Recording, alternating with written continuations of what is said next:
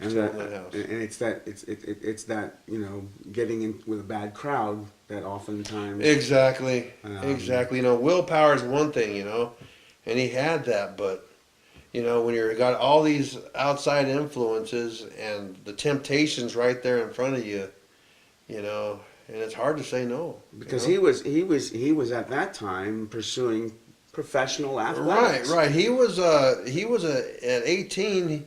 When he got that job, he also got into MMA fighting, just so he would stay off of Right. drinking and stuff.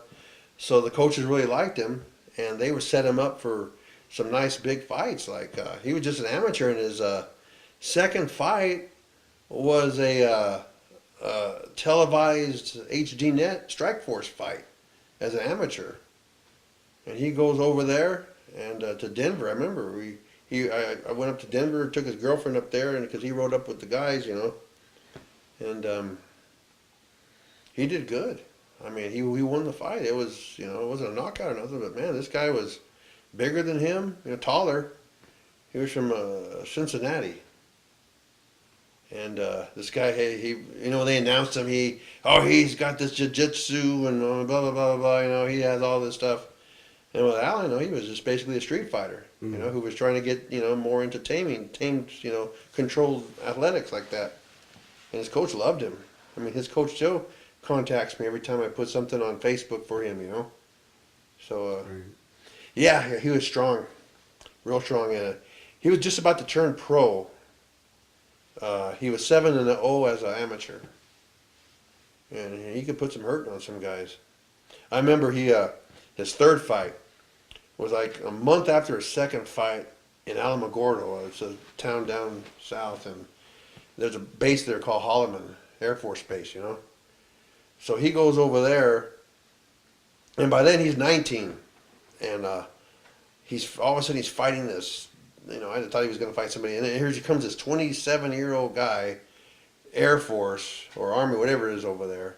Big old buff guy, man. Big old guy comes walking in, and of course he's got the whole hometown. That's his place, So everybody's screaming for him, This guy, he comes out, he's all, man, he looks like he's a Marine or something, those kind of guys you see on TV, Big old muscles, no neck, all that sort of stuff. And he comes out there and he starts jumping around, and the crowd's cheering for him and stuff.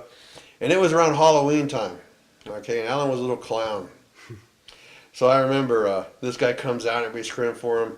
Well, Alan comes out, and he's got this pirate's hat on, and I didn't know he was going to do this. He's got this pirate's hat on with this long-haired wig, like a Captain Hook, like a Johnny Depp kind of look, Right. from whatever his name was, Captain whatever he Pirates was. of the Caribbean. Yeah, him. So never forget this. I know he was going to do this, so he comes out and he's dancing like this, and the whole crowd, they don't know he was bald, and he's got all this hair, and everybody's going, wow, look at this guy, So he gets out there, and he's walking up, and the music's playing, everybody's booing, because he was The outsider. The outsider, yeah.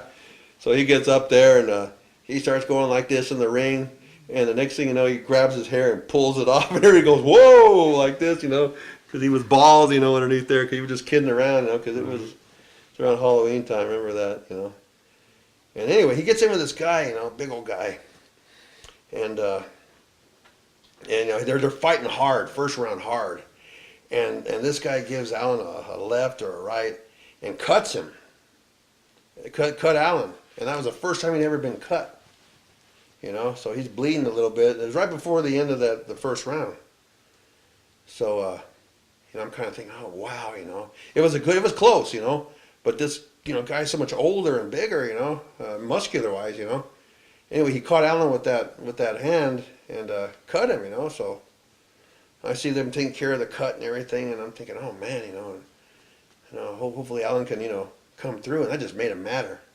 That just pissed him off, because he gets in that second round, and he doesn't even give the guy a chance to breathe. He gets and just starts wailing on him, just pounding him, man, like he just freaking, untamed.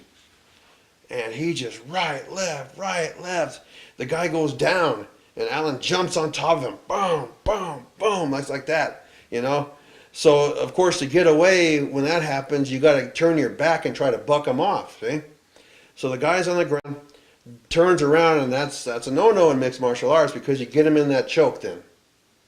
And that's what Allen did. He got him in that rear naked choke then, and just squeezed him until he tapped.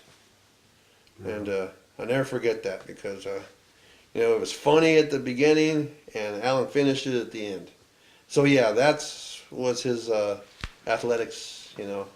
After high school and stuff, he was a great fighter. He could have gotten better. Yeah, and that was his goal at the time to make it into the pros. Yeah, he was his goal at the time. But of course, at the time he passed away, he was wanting to get back into it again. His coach never gave up on him, but he still had his substance abuse problems. Because of getting with the wrong crowd. Yeah, because of getting too many responsibilities.